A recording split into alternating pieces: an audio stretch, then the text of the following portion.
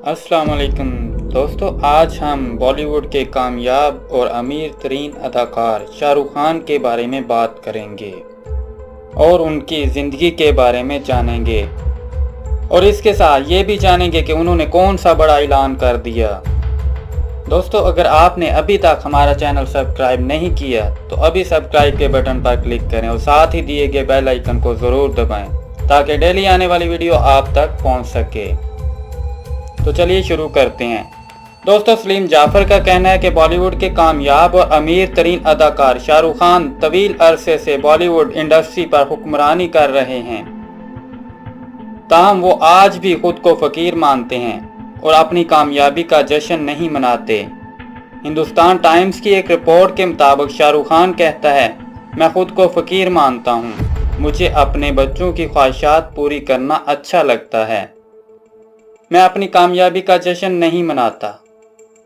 अगर कोई मुझे लगातार 7 दिन मिले तो वो मुझे एक ही लिबास में पाएगा।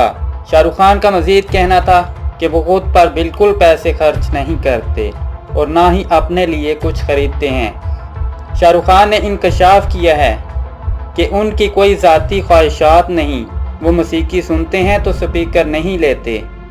उनके पास कई जूते हैं लेकिन सब शूटिंग के दौरान पाए जाते हैं। इनका कहना है, मुझे बड़ी चीज़ें पसंद हैं, इसलिए मेरे पास बड़ा घर है, बड़ा दफ्तर है, इसलिए मेरे पास बड़ा घर है, बड़ा दफ्तर है, बड़ी फिल्में हैं और मेरी तमाम कमाई इन चीज़ों पर ही खर्च होती है।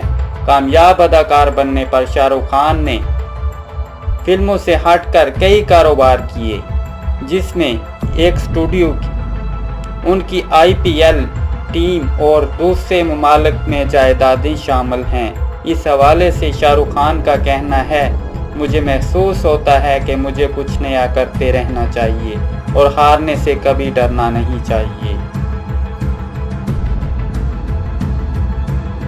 दोस्तों, अगर आपको हमारी आज की वीडियो पसंद आई तो लाइक करें, शेयर करें और हमारा चैनल सब्सक्राइब करना ना भूलिएगा। शुक्रिया।